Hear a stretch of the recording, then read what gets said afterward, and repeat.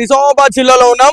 So Nizamabad జిల్లాలోని ROB bridge ఏదైతే ఉందో దీన్ని చూడగానే చాలా మంది గుర్తుకొచ్చేది దాదాపు 50 నుంచి ఒక 60 సంవత్సరాలుగా ఈ పనులు అనేది ఏ ప్రభుత్వం వచ్చినా కూడా పట్టించుకొని పరిస్థితి ఉందని చెప్పేసి మనం మాట్లాడుకోవాలా. సో దీంట్లో ఇందూర్ ఎంపీ అయినటువంటి ధర్మపురి అరవింద్ గారి చొరవతో ఎంతో కొంత పని ఇది స్టార్ట్ కావడం, మళ్ళీ తర్వాత ఏదైతే కేంద్ర ప్రభుత్వం నుంచి వచ్చినటువంటి నిధులతో దాదాపు 90 నుంచి 95 కోట్ల వ్యయంతోనైతే పూర్తిగా ఇదంతా ఏర్పాటు చేయడం జరిగింది, నిర్మించడం జరిగింది.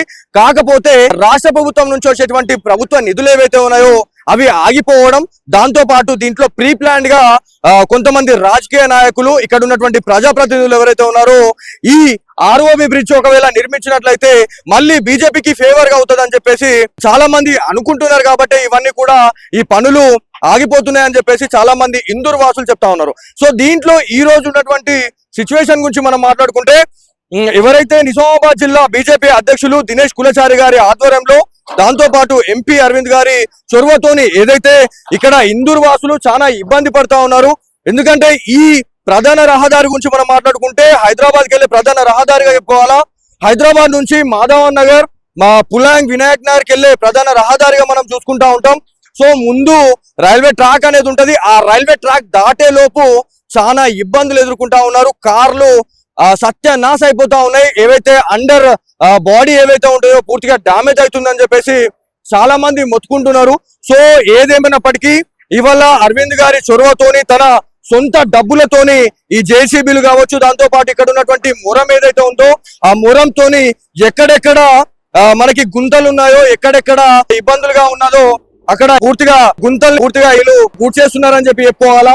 సో ఇప్పటి వరకు దాదాపు ఒక 1000 నుంచి 2000 వెహికల్స్ అనేది ఆగిపోవడం జరిగింది. ఎందుకంటే ఇది ప్రభుత్వం దృష్టికి తీసుకెళ్లాలా, ప్రభుత్వం నుంచి ఫండ్స్ అనేది రిలీజ్ చేస్తే ఈ మిగతా పని కూడా పూర్తిగా అయిపోతుంది. ఇంకొకటి ఏంటంటే మనకున్నటువంటి ఇన్ఫర్మేషన్ దాదాపు 10 నుంచి 15 కోట్ల నిధులు గాని ఒకవేళ కేటాయిస్తే దాదాపుగా ఇక్కడ పూర్తిగా ఏదైతే ఈ ఆర్ఓబి బ్రిడ్జ్ ఏదైతే ఉందో పూర్తిగా అయిపోతుందని చెప్పేసి మనం మాట్లాడుకోవాలా. మీరు ఒక్కసారి ఇక్కడ చూసుకుంటే ఇది కంటేశ్వర్ బైపాస్ నుంచి వచ్చేటువంటి ప్రధాన రహదారిగా మనం చెప్పుకుంటాం. సో ఇక్కడ ఎంత దారుణంగా ఉంది పరిస్థితి. ఏదైనా కూడా సింగిల్ వేగా ఇవాళ ఎవరైతే వాహనదారులు ఇబ్బంది పడతా ఉన్నారు, ఇక్కడ 2 వే ఉన్నట్లయితే చాలా బాగుండేది. బట్ ఇక్కడ నిధులే లేవు, దాంతో పాటు పట్టించుకునే నాదుడే లేదన్నట్టుగా ఇవాళ వ్యవహరిస్తా ఉన్నారు. సో దీంట్లో ఇంకొక విషయం గురించి మనం మాట్లాడుకుంటే, ఇక్కడ దాదాపు ఒక 1 year 2 years నుంచి అయితే అతి భారీ వర్షాలతోని రోడ్లు కూడా పూర్తిగా డ్యామేజ్ అయిపోయినాయి. డ్యామేజ్ అయిపోయిన తర్వాత మరి ఎవరైనా అధికారులు రెస్పాండ్ కావడం, దాంతో పాటు ఎమ్మెల్యేలు, ఎంపీలు రెస్పాండ్ అవుతా ఉన్నారు. ఇక్కడ ఉన్నటువంటి స్థానిక ఎంపీ అయినటువంటి ధర్మపురి అరవింద్ గారు పూర్తి స్థాయిలో ఈయన చేసింది కాబట్టి ఇంత మాత్రమైంది, లేకపోతే అసలు ఇక లేనే లేకుండే అని చెప్పేసి కూడా మనం మాట్లాడుకోవాలా. దీంట్లో ఎవరైతే నిజామాబాద్ లో ఉన్నటువంటి ఎవరైతే మనకి ఎమ్మెల్యేలు ఎవరైతే ఉన్నారో ఇది రూరల్ కాన్స్టిట్యున్సీకి వస్తుంది కాబట్టి ఇక్కడ ఉన్నటువంటి ఎమ్మెల్యేలు కనీసం పట్టించుకునే పరిస్థితి కూడా లేదని చెప్పేసి మనం మాట్లాడుకోవాలి. ఎందుకంటే ఇదే పని ఇక్కడ ఉన్నటువంటి అధికారులు, ఇక్కడ ఉన్నటువంటి ఎమ్మెల్యేలు పట్టించుకుంటే ఇవాళ ఇట్లాంటి పరిస్థితి ఉండేది కాదు.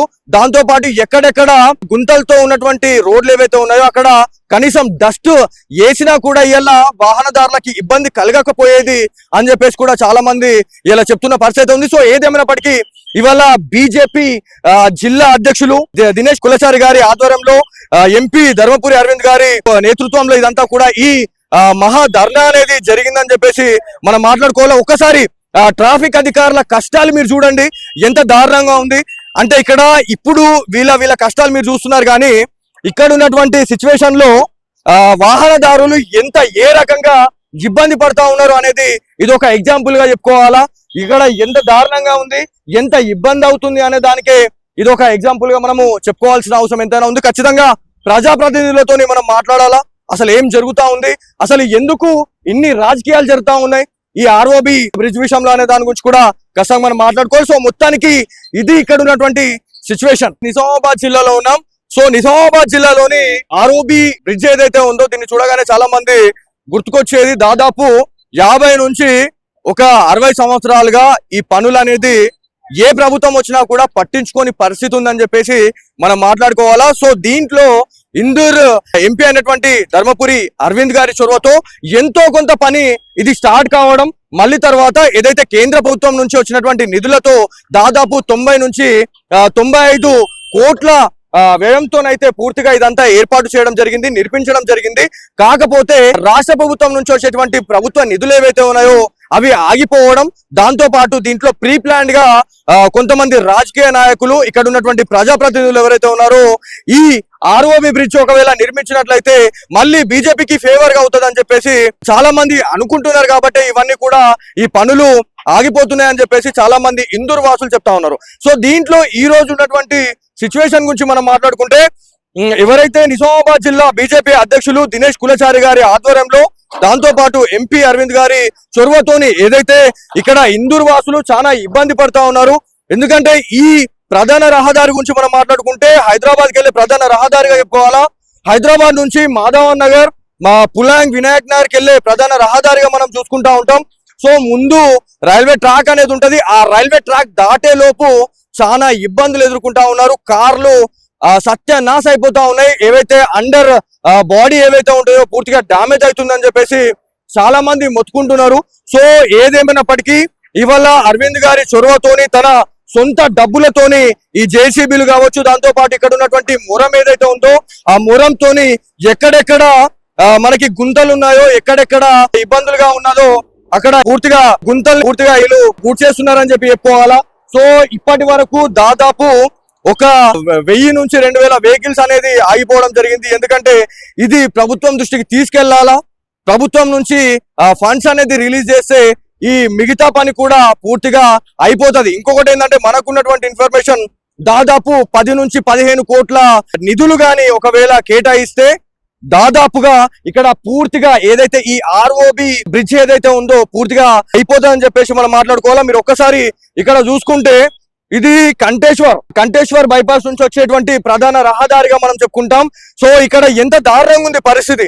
ఏదైనా కూడా సింగిల్ వేగా ఇవాళ ఎవరైతే వాహనదారులు ఇబ్బంది పడతా ఉన్నారు, ఇక్కడ 2 వే ఉన్నట్లయితే చాలా బాగుండేది. బట్ ఇక్కడ నిధులే లేవు, దాంతో పాటు పట్టించుకునే నాదుడే లేదన్నట్టుగా ఇవాళ వ్యవహరిస్తా ఉన్నారు. సో దీంట్లో ఇంకొక విషయం గురించి మనం మాట్లాడుకుంటే, ఇక్కడ దాదాపు ఒక 1 year 2 years నుంచి అయితే అతి భారీ వర్షాలతోని రోడ్లు కూడా పూర్తిగా డ్యామేజ్ అయిపోయినాయి.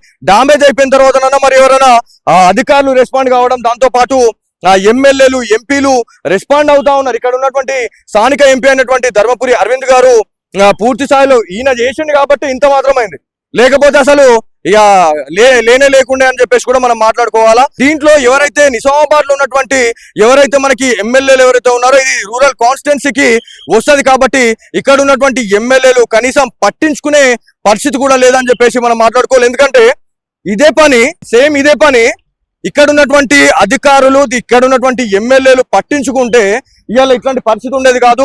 దాంతో పాటు ఎక్కడెక్కడ గుంతలతో ఉన్నటువంటి రోడ్లు ఏవైతే ఉన్నాయో అక్కడ కనీసం డస్ట్ వేసినా కూడా ఇవాళ వాహనదారులకి ఇబ్బంది కలగకపోయేది అని చెప్పేసి కూడా చాలా మంది ఇలా చెప్తున్న పరిస్థితి ఉంది. సో ఏదేమైనప్పటికీ ఇవాళ బీజేపీ జిల్లా అధ్యక్షులు దినేష్ కులచారి గారి ఆధ్వర్యంలో ఎంపీ ధర్మపురి అరవింద్ గారి నేతృత్వంలో ఇదంతా కూడా ఈ మహా ధర్నా అనేది జరిగిందని చెప్పేసి మనం మాట్లాడుకోవాలి. ఒక్కసారి ట్రాఫిక్ అధికారుల కష్టాలు మీరు చూడండి, ఎంత దారుణంగా ఉంది అంటే. ఇక్కడ ఇప్పుడు వీళ్ళ కష్టాలు మీరు చూస్తున్నారు, కానీ ఇక్కడ ఉన్నటువంటి సిచ్యువేషన్ లో వాహనదారులు ఏ రకంగా ఇబ్బంది పడతా ఉన్నారు అనేది ఇది ఒక ఎగ్జాంపుల్ గా చెప్పుకోవాలా.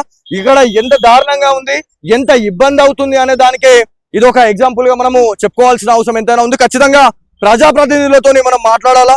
అసలు ఏం జరుగుతా ఉంది, అసలు ఎందుకు ఇన్ని రాజకీయాలు జరుగుతా ఉన్నాయి ఈ ఆర్ఓబి బ్రిడ్జ్ విషయంలో అనే దాని గురించి కూడా ఖచ్చితంగా మనం మాట్లాడుకోవాలి. సో మొత్తానికి ఇది ఇక్కడ ఉన్నటువంటి సిచ్యువేషన్.